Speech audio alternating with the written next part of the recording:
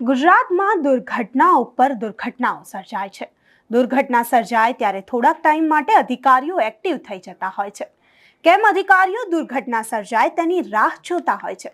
ત્યારે અધિકારીઓને જ્યારે કાર્યવાહી કરવાની હતી ત્યારે કરી નહીં, અને જ્યાં નથી કરવાની ત્યાં અધિકારીઓ કાર્યવાહી કરી રહ્યા છે। શું છે સમગ્ર મામલો, જાણીશું આ વિડીયોમાં। નમસ્કાર, હું અમરીન અને તમે જોઈ રહ્યા છો નિર્ભય ન્યૂઝ।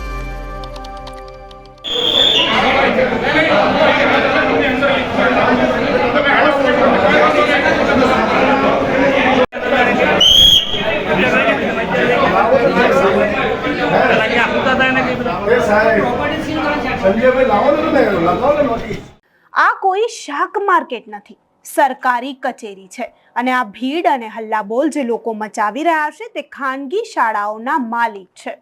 તો સુરતના પુણા વિસ્તારમાં ખાનગી શાળાઓમાં સીલ મરાતા વિરોધ લોકો દ્વારા કરવામાં આવી રહ્યો છે। આ કામગીરી ફાયર અને પાલિકાની છે, ત્યારે ખાનગી શાળા મંડળ સંચાલિત સમિતિ દ્વારા વિરોધ કરવામાં આવી રહ્યો છે, અને તેમનું કહેવું છે કે ફાયરની એનઓસી હોવા છતાં બિલ્ડિંગ ગેરકાયદેસર બતાવી અધિકારીઓ બિલ્ડિંગ સીલ કરી રહ્યા છે। તો સ્કૂલ સંચાલકોને સાંભળીએ કે તે આ વિશે શું કહી રહ્યા છે। તંત્ર અચાનક જાગૃત થયું છે રાજકોટ જે ઘટના બની ત્યારબાદ, પરંતુ કોઈ પણ પ્રકારની આદેશ કે સૂચના વગર રાત્રે 7 વાગે, 8 વાગે, 8:30 વાગ્યા સુધીમાં સીલ મારી દેવા એ યોગ્ય બાબત નથી। કોઈ પણ પ્રકારનો સંજોગ અમને આપ્યા નથી, કોઈ પણ પ્રકારનો સંકેત આપ્યો નથી, અને પુના ગામની તમામ સંચાલક મિત્રો અહીંયા ઉપસ્થિત છે, અને એક સાથે બધી સ્કૂલોમાં સીલ મારી દેવા એ યોગ્ય બાબત ગણાતી નથી, જેમાં બાળકોનું ભવિષ્ય અટવાય છે। 10 અને 12નું રિઝલ્ટ હમણાં ડિક્લેર થયું છે, કોલેજના ફોર્મ ભરવાની કાર્યવાહી ચાલુ છે। સાથે સાથે સરકારે પણ નમો લક્ષ્મી યોજનાના માત્ર 2 દિવસ અમને ફાળવ્યા છે, તો 2 દિવસની અંદર આ કાર્યવાહી છે અમે કરી શકીએ નહીં। હાલ અત્યારે સ્કૂલોમાં સીલ મારવું એ કાર્યવાહી પણ યોગ્ય ગણાતી નથી, તો એના માટે અમે અહીંયા ઉપસ્થિત થયા છીએ। આજરોજ અહીંયા સુરતના પુણા ગામ ખાતે પુણા ગામની સ્કૂલોને સુરત મહાનગરપાલિકા દ્વારા કોઈ પણ પ્રકારની લેખિત નોટિસ આપ્યા વગર કે લેખિત હુકમ વગર જે સીલ કરવામાં આવી છે સંપૂર્ણપણે ગેરકાયદેસર છે। અમારી તમામ શાળાઓ મહાનગરપાલિકાના કાયદાથી કાયદેસર છે, ફાયર સેફ્ટી એનઓસી ધરાવે છે તમામ શાળાઓ, તેમ છતાં આ જાડી ચામડીના અધિકારીઓ હાઈકોર્ટમાં સારું દેખાડવા માટે થઈ અને માત્ર ને માત્ર પોતે કામગીરી કરતા હોય એ દેખાડવા માટે થઈ અને શાળાઓને જ્યારે સીલો કરવામાં આવી છે પુણા ગામની, ત્યારે આ પુણા ગામના શાળા સંચાલક મંડળે આજે નિર્ણય કર્યો છે કે જ્યાં સુધી તમામ શાળાઓના સીલ એક સાથે મહાનગરપાલિકા નહીં ખોલે ત્યાં સુધી અનિશ્ચિત મુદત માટે તમામ શાળાઓ બંધ રહેશે, અને આવનારી 9 તારીખથી જે સત્ર ચાલુ થવાનું છે એ સત્રમાં બાળકોની ભણાવવાની જવાબદારી, સંપૂર્ણ જવાબદારી સુરત મહાનગરપાલિકાના મ્યુનિસિપલ કમિશનર અને કલેક્ટરશ્રીની રહેશે। સીલ મારવા વિશે એમણે COR તમારી મંજૂર ના હોવાનું કારણ દર્શાવ્યું છે, પણ હાલ ગુજરાત સરકાર જ્યારે ઇમ્પેક્ટનો કાયદો લઈને આવી છે અને અમારી ઇમ્પેક્ટની અરજીઓ પેન્ડિંગ હોય, COR ગેરકાયદેસર ગણી શકાય નહીં। માત્ર ને માત્ર અધિકારીઓ પોતાની કામગીરી દેખાડવા માટે થઈ અને આવા મૌખિક કોઈ પણ પ્રકારની લેખિત સૂચના વગર આવા નાટકો કરી રહી છે।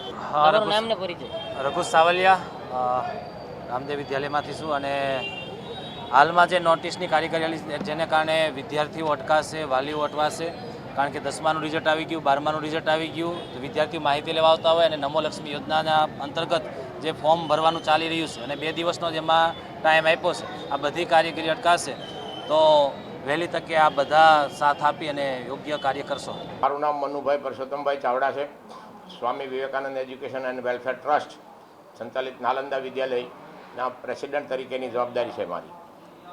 ગઈકાલે સુરત મહાનગરપાલિકાના અધિકારીઓ કોઈપણ જાતની નોટિસ વગર, કોઈપણ જાતની જાણ કર્યા વગર અમારી આ ચાલુ સ્કૂલ, પ્રવેશની કાર્યવાહી ચાલુ, એડમિશનની કાર્યવાહી ચાલુ, 200નો સ્ટાફ એ ચાલુ સ્કૂલમાં આજે સવારે સીલ મારવા આવ્યા અને સીલ મારી દીધું। સ્ટાફ અંદરનો સ્ટાફ અંદર અને બહારનો સ્ટાફ બહાર, કોઈ પણ જાતની જાણ કર્યા વગર આ સુરત ઝોનના અધિકારીઓ પોલીસ બંદોબસ્ત સાથે, પોલીસ સિક્યુરિટી સાથે આવીને બહાર લોક મારી દીધું। અંદરનો સ્ટાફ અંદર રહી ગયો, બહારનો સ્ટાફ બહાર। તમામ કાર્યવાહીને દાદાગીરીથી, માફિયાગીરીથી આ અધિકારીઓએ આ સંસ્થાને સીલ મારવાની કાર્યવાહી કરી છે। અમે એમને રિક્વેસ્ટ કરી કે ભાઈ તમારી પાસે સીલ મારવા માટેનો કોઈ પણ પ્રકારનો ઓર્ડર હોય, કોઈ પણ પ્રકારનો હુકમ હોય, કોઈ પણ પ્રકારની નોટિસ હોય, અને નોટિસ વગર તમે શૈક્ષણિક સંસ્થાને, ચાલુ શૈક્ષણિક સંસ્થાને, 30 વર્ષથી ચાલતી સંસ્થાને તમે આજે કઈ રીતે તમે સીલ મારી શકો નોટિસ વગર? તો આવી જે કાર્યવાહી કરવામાં આવી છે તે તદ્દન ગેરકાયદેસર કાર્યવાહી છે, અને એમને હાઈકોર્ટ અને સુપ્રીમ કોર્ટમાં ચેલેન્જ કરવામાં આવશે। તમામ અધિકારીઓ ઉપર ફોજદારી કાર્યવાહી કરવામાં આવશે। અને આ મ્યુનિસિપલ કમિશનર અને કલેક્ટરશ્રીને પણ જાણ કરીને એમની પર પણ લીગલી કાયદેસરની કાર્યવાહી કરવામાં આવશે. આવી માફિયાગીરી દાદાગીરી અધિકારીઓ અને સરકારી બાબુઓ કઈ રીતે કરી શકે?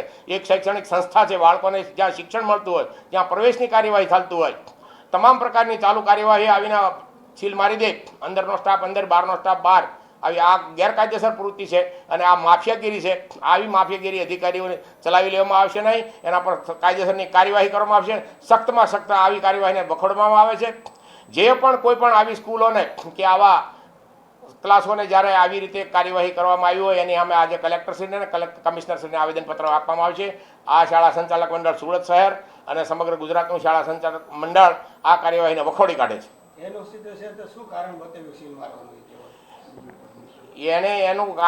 કારણ એવું એમણે બતાવ્યું કે તમારી બીયુ પરમિશન નથી. બીયુ પરમિશનની કાર્યવાહી અમારી પેન્ડિંગ ફાઇલ પડેલી છે અને પેન્ડિંગ ફાઇલ છે, એનું જજમેન્ટ અધિકારીએ લેવાનું નથી. એનું જજમેન્ટ તો આવ્યા પછી એને એ ગેરકાયદેસર કહી શકે. ગેરકાયદેસર કોઈ સંસ્થા નથી. તમામ પ્રકારની ફેસિલિટી છે, તમામ પ્રકારની સુવિધાઓ ઊભી કરવામાં આવેલી છે, કોઈ પણ ફોલ્ટ વગર, છતાં પણ એમને આ સીલ મારી દીધું છે. તો અધિકારીઓ જે આટલી મોટી ઘટના પછી જાગ્યા, તેના વિશે તમારું શું કહેવું છે તમને કમેન્ટ કરી ચોક્કસથી જણાવજો તથા અમારી ચેનલ નિર્ભય ન્યૂઝને લાઇક, શેર અને સબસ્ક્રાઇબ કરવાનું ભૂલશો નહીં. આભાર.